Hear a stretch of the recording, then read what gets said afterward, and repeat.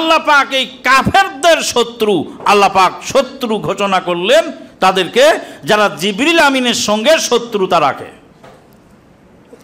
তাহলে যারা জিবরিল আমিনের মতো ফেরেশতাকে খিয়ানতকারী বলে, তারা যদি মুসলমান পৃথিবীতে হয় তো কাফের কে দুনিয়ায়?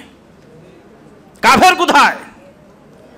সম্মানিত উপস্থিতি, তাদের ভয়ানক যে আকীদা তা হলো সাহাবায়ে কেরামদেরকে গালিগালাজ করা। আবু বকর সিদ্দিক রাদিয়াল্লাহু তাআলা আনহু অন্যায় করে খলিফাতুল মুসলিমিন হয়েছেন। আলী রাদিয়াল্লাহু তাআলা আনহু খলিফা হওয়ার হকদার ছিলেন। আলী রাদিয়াল্লাহু তাআলা আনহুকে খেলাফত না দিয়ে আবু বকর সিদ্দিক রাদিয়াল্লাহু তাআলা আনহু খলিফা হলেন। সিদ্দিক আকবর খলিফা হলেন।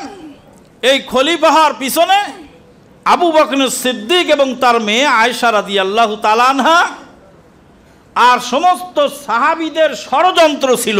নাউজুবিল্লাহ মিন যালিক।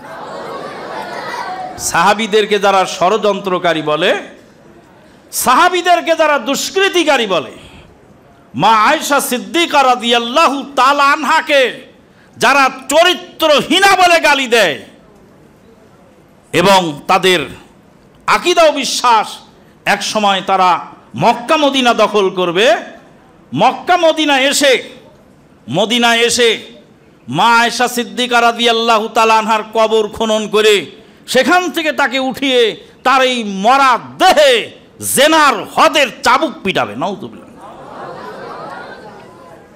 এই হলো শিয়াদের আকীদা, যারা আল্লাহর নবীর স্ত্রীকে চরিত্রহীনা বলে, যারা সাহাবায়ে কেরামদেরকে মুরতাদ বলে, সাহাবায়ে কেরামদেরকে গালিগালাজ করে, তাদের নামে পাঁঠা বলি দেয় এবং বুড়িনি ছাগল এনে জবাই করে আর বলে সিদ্দিকে আকবরের বেটি আয়েশাকে জবাই করা হলো। এই সমস্ত আকীদার খবর আমাদের দেশের লোক রাখে না। ইমাম শাবি রাহিমাহুল্লাহ বলছেন, হাউলা ইউরিদুনা আইয়াতানু শুহুদানা ওয়া তানু বিহিম আওলা ওয়া হুম জানাদিকা। তারা আমাদের সাক্ষীদেরকে, আমাদের যাদের মাধ্যমে আমরা ইসলাম পেয়েছি তাদেরকে তারা আঘাত করে, তাদেরকে আঘাত করা বেশি জরুরি, তারা হলো জিন্দিক, বেঈমান।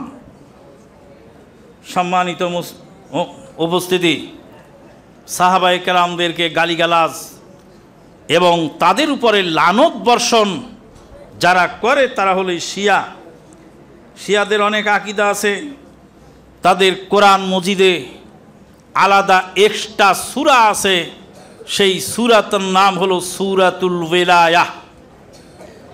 সূরাতুল ওয়ালায়া নামক আলাদা সূরা আছে সংযোজিত। তাদের কোরআন মজিদে আলাদা সূরা আছে সূরাতুল ফুরুজ। সূরাতুল ফুরুজ বলেছিল মুজাফফর বিন মহসিন ভাই, আর এক বক্তা সে ভণ্ড, সে আবার শুনল সূরাতুল বুরুজ। বললাম, আমি আবার বললাম যে কানের চিকিৎসা করে ভালো করে শোনো। একটা হলো সূরাতুল বুরুজ। সূরাতুল বুরুজ হলো কোরআনের সূরা, যেটা সর্বজন স্বীকৃত সূরা। আর শিয়াদের বানাওয়ার সূরা হলো সূরাতুল ফুরুজ। ফা রা ওয়াও জিম ফুরুজ, সূরাতুল ফুরুজ। তাদের একটা কিতাব আছে, কিতাবের নাম হলো আল কাফি। লেখকের নাম হলো ইমাম আল কুলাইনি। ইমাম আল কুলাইনির লেখা এই কাফি কিতাব আমাদের সহিউল বুখারী, সহি মুসলিমের যে মর্যাদা শিয়াদের কাছে, সেইগুলির মর্যাদা হলো এই সব রকম। তাদের আকীদার মধ্যে আরেকটা আকীদা আছে, তাদের হলো মুতা বিবাহ, সাময়িক বিবাহ, কন্ট্রাক্ট বিবাহ।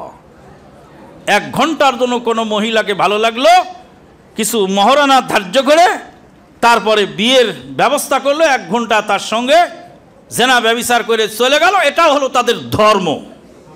নাউজুবিল্লাহ মিন যালিক। এটা হলো শিয়া ধর্ম। শিয়াদের অবস্থা খুব ভয়ানক, বড় কঠিন। শিয়াদের আজান আলাদা আছে। আমি বাহরাইনে ছিলাম যখন, তখন শিয়া পল্লীতে আমি গেছি শুধু আজান শোনার জন্য।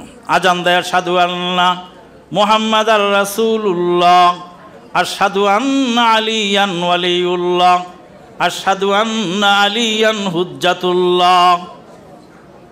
আশহাদু আন্না মুহাম্মাদুর রাসূলুল্লাহ বলে আজান শেষ হয় না, আজানে আবার বলে আশহাদু আন্না আলিয়ান ওয়ালিউল্লাহ, আশহাদু আন্না আলিয়ান হুজ্জাতুল্লাহ। এই হলো তাদের আজান। তাদের সালাত হলো তারা মাটিতে সেজদা দেয় না, চাটাইতে বা কি বলে জায়নামাজে সেজদা দেয় না। ওরা ইরান থেকে একটা ছোটো খাপড়া নিয়ে আসে, সেই খাপড়ার উপরে সেজদা দেয়, কারণ আরব দেশের মাটি অপবিত্র। খাপড়া আনার জন্য যখন এয়ারপোর্টে ধরা পড়ে, তখন এয়ারপোর্ট থেকে, সৌদি এয়ারপোর্ট থেকে খাপড়াগুলি কি করে কেড়ে নেয়। তো ইরান থেকে খাপড়া আনতে না পারলে, খাপড়া বোঝেন তো, এই খোলা মানে এই ভাঙা পাতিলের চটা বা একটা ছোটো পাথর জাতীয় কিছু, এগুলি রেখে ওর খুদ খেতে সেজদা দেয়। যদি খাপড়া তার পকেটে না থাকে, অন্তত পক্ষে একটা টিস্যু বের করে টিস্যুর উপর সেজদা দিবে, কিন্তু মক্কা মদিনার মসজিদে তারা সেজদা দেয় না। এই জঘন্য আকীদার লোকই মুসলমান। তো সে একজন শিয়া মারা গেল, বলছিলাম যে এক কাক যখন মারা যায়, তখন ওই দেশে কত কাক আছে সব কাক কা কা করে জমা হয়ে যায়। তো এক শিয়া ধ্বংস হয়েছে, মরেছে, মরার সঙ্গে সঙ্গে এদেশের শিয়া প্রেমীদের এমন ভাবে কাকা শুরু হয়েছে, ভাবখানা দেখে মনে হচ্ছে ওরা আপন বাপ বা আপন চাচা বা আপন খালু মারা গেছে। সম্মানিত উপস্থিতি, যে মরেছে তার হিসাব আল্লাহ নেবেন, তার আল্লাহর দরবারে তার হিসাব হবে। কিন্তু আমার করণীয়টা কি? তার জন্য এত শোকে তাপে মায়ায় কান্নায় আমি ফেটে পড়ি কেন? আর গালাগালি করারই বা দরকার কি? যেমন গালাগালি করাটা উচিত নয়, তার মৃত্যু হয়েছে, তার আমল এবং তার আকীদা বিশ্বাসের জবাবদিহিতা সে আল্লাহর কাছে করবে, ওটা আমার হিসাব নয়। তাকে আমি গালাগালি বা করবো কেন? তার বিরুদ্ধে কটু মন্তব্যই বা করতে যাব কেন? আর তার জন্য মায়া কান্নাই বা কাঁদবো কেন? কমসে কম জাতিকে সতর্ক করে দিতে হবে যে এরা মুসলিম নয়, এরা আমাদের ভাই নয়। আমাদের একজন আলেম বলছিলেন, প্রখ্যাত আলেমে দিন, তিনি বলছিলেন শিয়ারাও আমাদের ভাই। আমরা বলছিলাম যারা আমাদের মা আয়েশা সিদ্দিকাকে চরিত্রহীনা বলে গালি দেয়, তারা তোমাদের ভাই হতে পারে কিন্তু আমাদের ভাই নয়। পরীক্ষা করার একটা সহজ বুদ্ধি আছে, বলবো যে আচ্ছা ঠিক আছে, শিয়ারা তো তোমাদের ভাই, শিয়ারা তো মুসলিম, মানলাম। তিনি তো এই যে ইব্রাহিম রাইসি মারা গেল, ইব্রাহিম রাইসি বড় হিতাকাঙ্ক্ষী, বড় মুজাহিদ, মুসলমানদের দরদি বন্ধু মুজাহিদ মারা গেছে। এই বলে যে তুমি বলছো, তোমাকে একটা কথায় পরীক্ষা করব, আমি তোমার জন্য দোয়া করি আল্লাহ যেন তোমাকে হাসরের ময়দানে ইব্রাহিম রাইসির সঙ্গে হাসর করার তৌফিক দান করে। এবার আমিন কও, আমিন কি বলবে? এক ছাত্র বলতেছিল মদিনা ইউনিভার্সিটিতে, বলছিল শিয়ারা মুসলমান। তখন আমার উস্তাদ প্রফেসর মনসুর সেমারি তিনি বলছিলেন আল্লাহ তোকে শিয়াদের সাথে হাসরের ময়দানে যেন উঠায়, আমিন বল। আর আমিন বলে না। তুই যে আমিন বলিস না, তাতে তো বোঝা গেল দাল মে কুছ কালা হয়, দাল মে কুছ কালা হয়। তার মানে ও নিজেও সন্দিহান, মুসলিম বলতে রাজি নয়। আমি আল্লাহর কাছে দোয়া করি, আল্লাহ তুমি আমাকে আবু বকর সিদ্দিকের সঙ্গে হাসরের ময়দানে উঠার তৌফিক দিও। আল্লাহ তুমি উমরে ফারুকের সঙ্গে উঠার তৌফিক দিও। মা আয়েশা সিদ্দিকা রাদিয়াল্লাহু তাআলা আনহার কাতারে আমাদেরকে উঠার তৌফিক দিও। সাহাবায়ে কেরামের কাতারে উঠার তৌফিক দিও। এই শিয়াদের থেকে, এই জালেম থেকে, এই বেঈমান থেকে আমরা দুনিয়াতেও আমরা সম্পর্ক ছিন্ন ঘোষণা করছি, হাসরের ময়দানেও সম্পর্ক ছিন্ন অবস্থায় উঠতে চাই।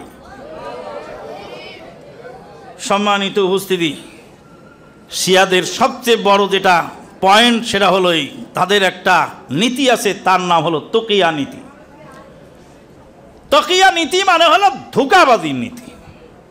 মানে যে দেশে যায় সে দেশের সেই লেবাস তারা পরে। আমাদের দেশে একটা ইসলামী দল আছে, সেই ইসলামী দলের অবস্থাও তাই। তারা যে দেশে যেখানে যায় তাদের লেবাস পরিবর্তন করে।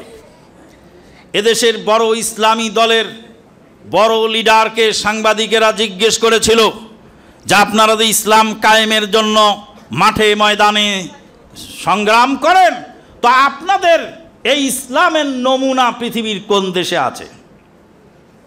তো বলছে ইরানে আছে। আমরা যে ইসলাম কায়েম করতে চাই সেই ইসলাম কোথায় আছে? ইরানে আছে। তারপরে সাংবাদিক জিজ্ঞেস করলেন, ইসলামিক এদেশের ইসলামের নামে আন্দোলনকারী বড় দলের বড় নেতাকে জিজ্ঞেস করতেছে সাংবাদিক যে আপনারা যে ইসলাম কায়েম করতে চান এর মডেল কোন দেশে আছে? বলে মডেল আছে ইরানে। সৌদি আরবে নাই? বলে সৌদি আরবে আছে আংশিক। সৌদি আরবে আছে আংশিক। তাদেরই আর একজন বয়স্ক লিডার সে বলছে যে সৌদি আরবে হালাল পতিতালয় খুলেছে আর ইসলামের খেদমত করতেছে ইরান। নাউজুবিল্লাহ। যারা নবীর সাহাবীদেরকে গালি দেয়, যারা আল্লাহ নবীর স্ত্রীর চরিত্র নিয়ে কথা বলে, তারা ইসলামের কি খেদমত করল না করলো সেটা আমার দেখার বিষয় নয়। বলছিলাম তারা ওই শিয়ারা যেমন তাকিয়া নীতি অবলম্বন করে চলে, আমাদের দেশের ওই বড় দল ইসলামের নামে যারা কাজ করে যাচ্ছে তারা ওই তাকিয়া নীতিতেই চলে, যার ফলে তাদের রং পরিবর্তন হয়। একবার এই মহিলার শাড়ি আঁচলের তলে যায়, আবার ওই মহিলার শাড়ির আঁচলের তলে যায়, আবার এখানে ওকে সমর্থন করে, আবার ওখানে ওকে সমর্থন করে। এটা নাকি তাদের রাজনীতি। তোমার রাজনীতি যদি তোমার আকীদা বিশ্বাসটাকে বিচ্যুত করে, ঠিক তোমার এই রাজনীতিকে। সম্মানিত উপস্থিতি, শিয়াদের সম্পর্কে বলতে গেলে অনেক কথা আছে। শিয়াদের আকীদা বিশ্বাস সম্পর্কে যেসব বইগুলি বাজারে আছে, বিশেষ করে আল্লামা ইহসান ইলাহি জহির রাহেমাহুল্লাহর লেখা অসংখ্য বই এই সাবজেক্টে আছে, আপনারা পড়বেন। নেটে সার্চ দিবেন তাওসিফুর রহমান রাশেদি, আমাদের হক্কানি আলেম ওলামার আছে, প্রফেসর ডক্টর আবু বকর জাকারিয়া সাহেবের আছে, আমাদের মহতারাম আমিরে জামাতের অনেক লেকচার আছে এই মর্মে। এগুলি আপনারা দেখবেন, এগুলি থেকে আপনারা শিয়াদের সম্পর্কে সঠিক ধারণা নেওয়ার চেষ্টা করবেন। আজকের আলোচ্য বিষয়ে দ্বিতীয় আর একটি আলোচ্য বিষয় সেটা হলোই যে হজ সম্পর্কে বিশদ আলোচনা আছে, যেটা আজকের এই সংক্ষিপ্ত পরিসরে বলা সম্ভব নয়। তবে আমরা এই হজ সম্পর্কে কয়েকটি আমাদের দেশের মানুষের যে ভুল ভ্রান্তি আছে সেইগুলি সম্পর্কে আমরা সজাগ করব তাদেরকে ইনশাআল্লাহ। আল্লাহ পাক বলছেন ওয়াতিমুল হাজ্জা ওয়াল উমরাতা লিল্লাহ, আল্লাহর ওয়াস্তে তোমরা হজ এবং উমরা তোমরা পূর্ণ করো। হজ করতে হবে, উমরা করতে হবে, এটা হলো একটি ইবাদত। এই ইবাদতকে নস্যাৎ করার জন্য এক শ্রেণীর লোক শয়তানি ধোঁকা দিয়ে মানুষকে ধোঁকাবাজি করে।